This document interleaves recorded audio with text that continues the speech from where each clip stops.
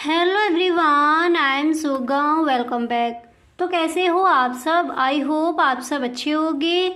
स्वागत है आप सभी का आपके अपने एसपी स्टडी यूट्यूब चैनल पर। तो गाइस, आज हम इस वीडियो में देखने वाले हैं रसायन विज्ञान के कुछ महत्वपूर्ण प्रश्न जो इस बार के बोर्ड एग्ज़ाम के लिए इम्पोर्टेंट है। ठीक है गाइस, अगर आप भी इस बार का बोर्ड एग्ज़ाम देने वाले हो और इस बार के बोर्ड एग्ज़ाम में अगर आप भी 90+ स्कोर करना चाहते हो तो आप आज से ही इस चैनल से जुड़ जाइए, क्योंकि यहाँ पर आपको ऑल सब्जेक्ट के जो भी आपके इम्पोर्टेंट क्वेश्चन हैं एंड मॉडल पेपर के फुल सॉल्यूशन आपको यहाँ मिलेंगे। ठीक है, तो गाइस अगर अभी तक आपने इस चैनल को सब्सक्राइब नहीं किया है तो आप इस चैनल को सब्सक्राइब कर लीजिए एंड बेल आइकन को भी प्रेस कर देना, ताकि वीडियो की जो भी नोटिफिकेशन हो वो सबसे पहले आपके पास पहुँचे। ठीक है, तो आज हम इस वीडियो में देखेंगे केमिस्ट्री के इम्पोर्टेंट क्वेश्चन जो बोर्ड एग्ज़ाम के लिए इम्पोर्टेंट है। उन सारे प्रश्नों को यहाँ पर हम देखने वाले हैं। ठीक है, तो यहाँ पर आप देख सकते हो जो आपका पहला प्रश्न है तो वो मैंने यहाँ पर लिया है। देखिए, फर्स्ट प्रश्न आपका दिया गया है कि किण्वन किसे कहते हैं, इस क्रिया के लिए अनुकूल परिस्थितियां हैं या फिर अनुकूल परिस्थितियां क्या है, ये क्वेश्चन में आज किया गया है। ठीक है, किण्वन किसे कहते हैं, किण्वन आपको बताना है, इस क्रिया के लिए अनुकूल परिस्थितियां क्या हैं वो आपको बतानी है। ठीक है, तो चलिए इसका आंसर देखते हैं। तो सबसे पहले यहाँ पर जो आपको हेडिंग है वो डालनी होगी किण्वन, फिर आप यहाँ पर लिखोगे, देखिए हेडिंग डालने के बाद आपको इस तरह से लिखना है कि जटिल कार्बनिक यौगिकों का अणुजीवों यानी एंजाइम द्वारा सरल यौगिकों में अपघटन की प्रक्रिया। ठीक है, सरल यौगिकों में अपघटन की प्रक्रिया किण्वन कहलाती है। एक बार दोबारा से देख लीजिए, जटिल कार्बनिक यौगिकों का अणुजीवों यानी एंजाइम द्वारा सरल यौगिकों में अपघटन की प्रक्रिया जो होती है उसे हम क्या कहती है, किण्वन। ठीक है, वही हमारी किण्वन कहलाती है। इसके बाद आपको नेक्स्ट हेडिंग डालनी है किण्वन क्रिया हेतु अनुकूल परिस्थितियां, क्योंकि इसमें पूछा गया है कि किण्वन किसे कहते हैं, इस क्रिया के लिए अनुकूल परिस्थितियां क्या हैं। ठीक है, तो सेकेंड हेडिंग आप यहाँ पर क्या डालोगे, किण्वन क्रिया हेतु अनुकूल परिस्थितियां कौन कौन सी हैं उनको देखते हैं। तो देखिए, सबसे पहले आप लिखोगे कि कार्बनिक यौगिक का, ठीक है, प्रयुक्त विलयन तनु होना चाहिए। इसकी जो परिस्थितियां हैं वो यहाँ पर आपको बतानी है। ठीक है, तो कार्बनिक यौगिक का प्रमुख विलयन तनु होना चाहिए। इसके बाद नेक्स्ट आपको लिखना है, देखिए इतना लिखने के बाद फिर यहाँ पर सेकंड पॉइंट डालकर आप लिखोगे कि तापक्रम लगभग 25 से 30 डिग्री सेल्सियस होना चाहिए। तापक्रम कितना होना चाहिए, लगभग 25 से 30 डिग्री सेल्सियस होना चाहिए। ठीक है, इसके बाद यहाँ पर देख सकते हो, इसके बाद आपको थर्ड पॉइंट डालकर लिखना है कि किण्वों या अणुजीवों को जीवित रखने हेतु वायु का संचार होना आवश्यक है। ठीक है, इतना लिखने के बाद देखिए फिर आप लिखोगे आवश्यक है तथा अमोनियम लवण यानी भोजन के रूप में की उपस्थित आवश्यक है। ठीक है, किण्वों या अणुजीवों को जीवित रखने हेतु वायु का संचार होना आवश्यक है तथा अमोनियम लवण की उपस्थिति आवश्यक है। ठीक है, इस तरह से आप लिखोगे। अब इसके बाद यहाँ पर नेक्स्ट पॉइंट जो 4 नंबर पर उसको देखते हैं। फिर देखिए, फिर आप लिखोगे कि प्रयुक्त विलयन ना तो अधिक अम्लीय और ना ही अधिक क्षारीय होना चाहिए। ठीक है, प्रयुक्त जो विलयन है वो ना तो अधिक अम्लीय होना चाहिए और ना ही अधिक क्षारीय होना चाहिए। हम किण्वन क्रिया है तो अनुकूल जो उसकी परिस्थितियां हैं वो यहाँ पर देख रहे हैं, अनुकूल परिस्थिति उनकी क्या होनी चाहिए। ठीक है, इसके बाद यहाँ पर देखिए जो नेक्स्ट है वो आपको क्या लिखना है। देखिए, अब यहाँ पर जो आपको नेक्स्ट है वो आपको क्या लिखना है वो देखिए। अगला पॉइंट आप लिखोगे कि अन्य ऐसे पदार्थ अनुपस्थिति होने चाहिए जिनकी उपस्थिति से किण्व नष्ट हो जाते हैं।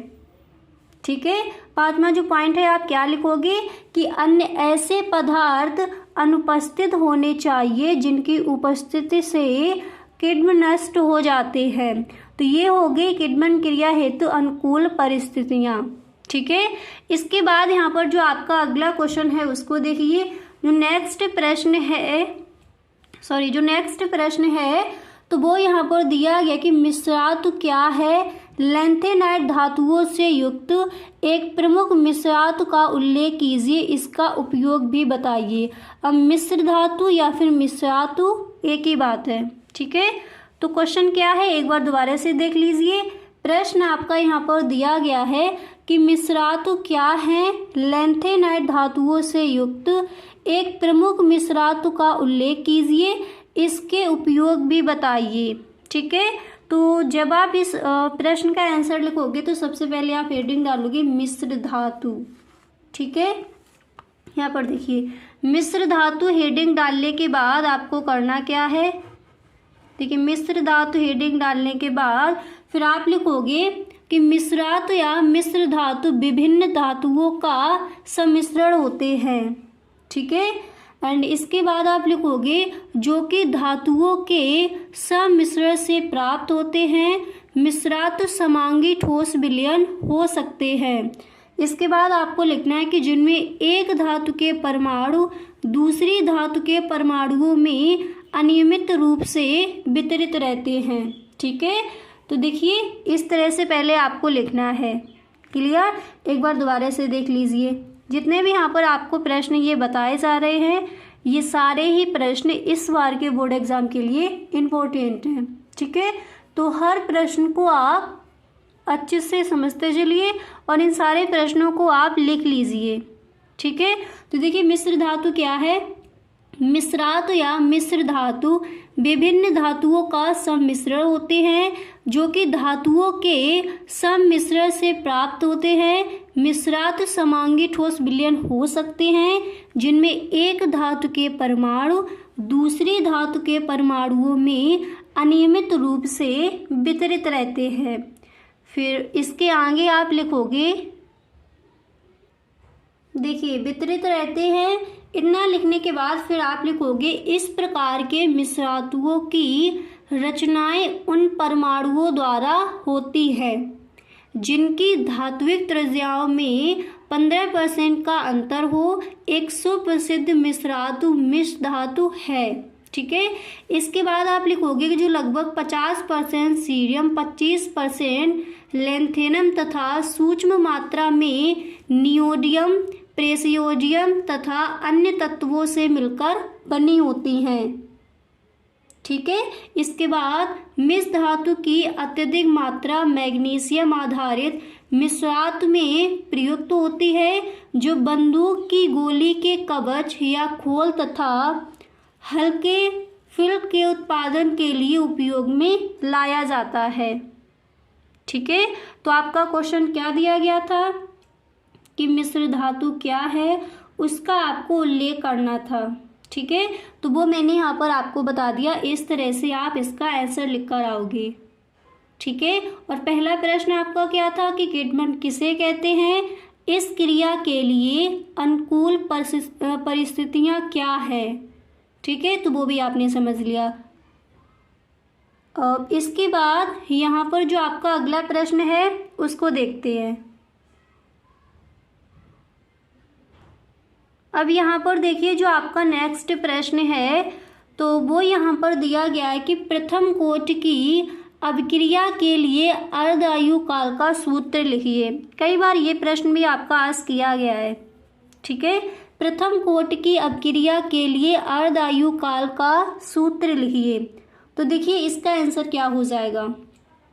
तो पहले आप इस तरह से एक लाइन लिखोगे कि प्रथम कोटि की अभिक्रिया के लिए अर्धायु काल का सूत्र निम्नलिखित है। ठीक है, इतना लिखने के बाद फिर यहाँ पर देखिए फिर आपको इस तरह से लिखना है कि अर्धायु काल, इसको आप नहीं भी लिखोगे तब भी चलेगा। ठीक है, अर्धायु काल T1/2 बराबर फिर आपको लिखना है 0.693। फिर यहाँ पर के ये क्या है, एक वेग स्थिरांक है।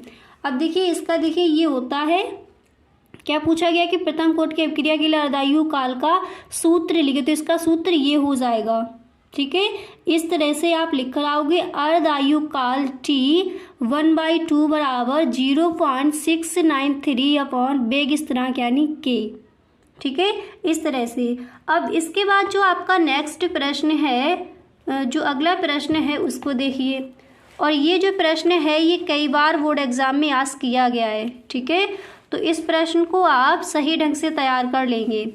तो प्रश्न आप देख सकते हो, आपका क्वेश्चन यहाँ पर दिया गया है कि प्रोटीन क्या है, इनके महत्वपूर्ण उपयोग लिखिए।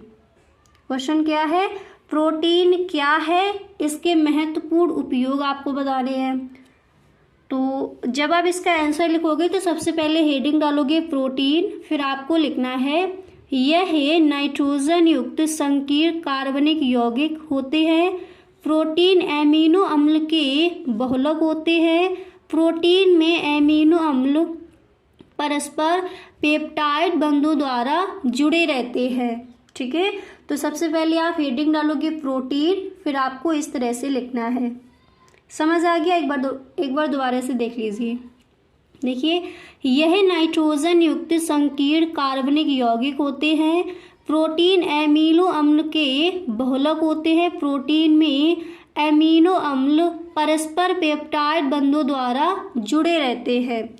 इसके बाद यहाँ पर आप देख सकते हो जो आपकी सेकंड हेडिंग है वो आपको क्या डालनी है। तो यहाँ पर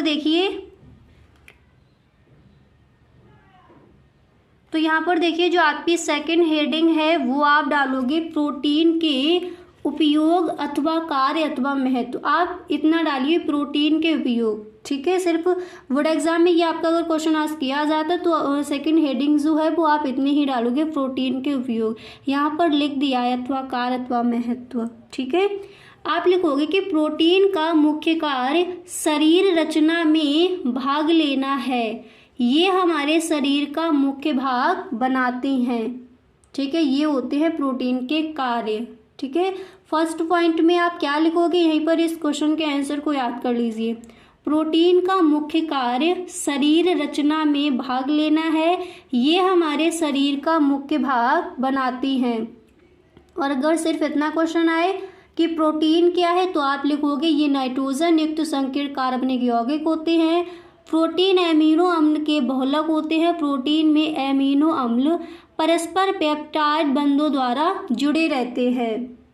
ठीक है, और प्रोटीन के उपयोग अथवा कार्य अथवा महत्व पूछे जाएं तो आप किस तरह से लिखोगे कि प्रोटीन का मुख्य कार्य शरीर रचना में भाग लेना है। ये हमारे शरीर का मुख्य भाग बनाती हैं। ठीक है, इसके बाद नेक्स्ट आपको लिखना है शरीर में हुई टूट फूट की मरम्मत के लिए भी प्रोटीन की आवश्यकता होती है। ठीक है, सेकंड पॉइंट आप इस तरह से लिखो। ये जो आपका क्वेश्चन है कि प्रोटीन के उपयोग क्या है, ये आप खुद से बनाकर भी लिख सकती हो। ठीक है, आपको पता है कि प्रोटीन का क्या उपयोग होता है। तो 2 पॉइंट आपको समझ में आ गए। दूसरा क्या है, शरीर में हुई टूट फूट की मरम्मत के लिए भी प्रोटीन की आवश्यकता होती है। क्लियर? अब इसके बाद नेक्स्ट देखते हैं। अब इसके बाद देखिए जो थर्ड पॉइंट है वो आपको क्या लिखना है। देखिए, तीसरे नंबर पर आप लिखोगे कि शरीर में उपापचय क्रिया में एंजाइम जैव उत्प्रेरक का कार्य करते हैं। सभी एंजाइम ग्लोबुलर प्रोटीन होते हैं। ठीक है, इस तरह से आपको तीसरा पॉइंट लिखना है। शरीर में उपापचय क्रिया में एंजाइम जैव उत्प्रेरक का कार्य करते हैं। सभी एंजाइम ग्लोबुलर प्रोटीन होते हैं। ठीक है, इसके बाद यहाँ पर जो आपका नेक्स्ट पॉइंट है वो आप डालोगे। देखिए 4, नेक्स्ट क्या है, 4 नंबर पर आप लिखोगे कि आवश्यकता से अधिक प्रोटीन शरीर को ऊर्जा प्रदान करती है।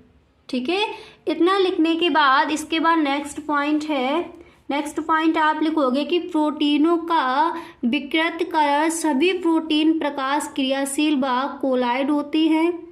देखिए, ये आप ब्लैक पेन से इतना लिख दोगे, प्रोटीनों का विकृतीकरण, फिर आप लिखोगे सभी प्रोटीन प्रकाश क्रियाशील व कोलाइड होते हैं। तब किसी प्रोटीन को गर्म किया जाता है तो यह विलयन से स्कंदित या अवक्षेपित हो जाती है। ठीक है, 5वां पॉइंट आप डालोगे। ठीक है, फिर आपको इस तरह से लिखना है।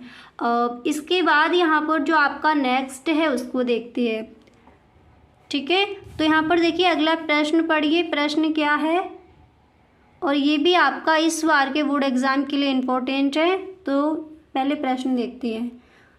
तो क्वेश्चन है आपका कि एक एरोमेटिक कार्बनिक यौगिक ACHCl3 तथा KOH के साथ अभिक्रिया से B और C देता है, जिनका जिंक चूड़ के साथ आसवन करने से D बनता है। D के ऑक्सीकरण से C7H6O2 अणुसूत्र वाला यौगिक E प्राप्त होता है। ठीक है, A, B, C, D तथा E की पहचान कीजिए। प्रत्येक अभिक्रिया का रासायनिक समीकरण भी लिखिए। ये जो आपका क्वेश्चन है ये इस बार के बोर्ड एग्जाम के लिए इम्पोर्टेंट है। इस प्रश्न को भी आप अच्छे से तैयार कर लीजिए। ठीक है, तो गाइस आज हमने यहाँ पर देखे कुछ इम्पोर्टेंट क्वेश्चंस। तो आई होप आपको वीडियो पसंद आया होगा। गाइस सच में अगर आपको वीडियो अच्छा लगा है तो please tell me in the comment box. Okay, और अगर आपको वीडियो पसंद आया है तो आप इस वीडियो को एक लाइक ज़रूर कर दें। Okay, thank you so much.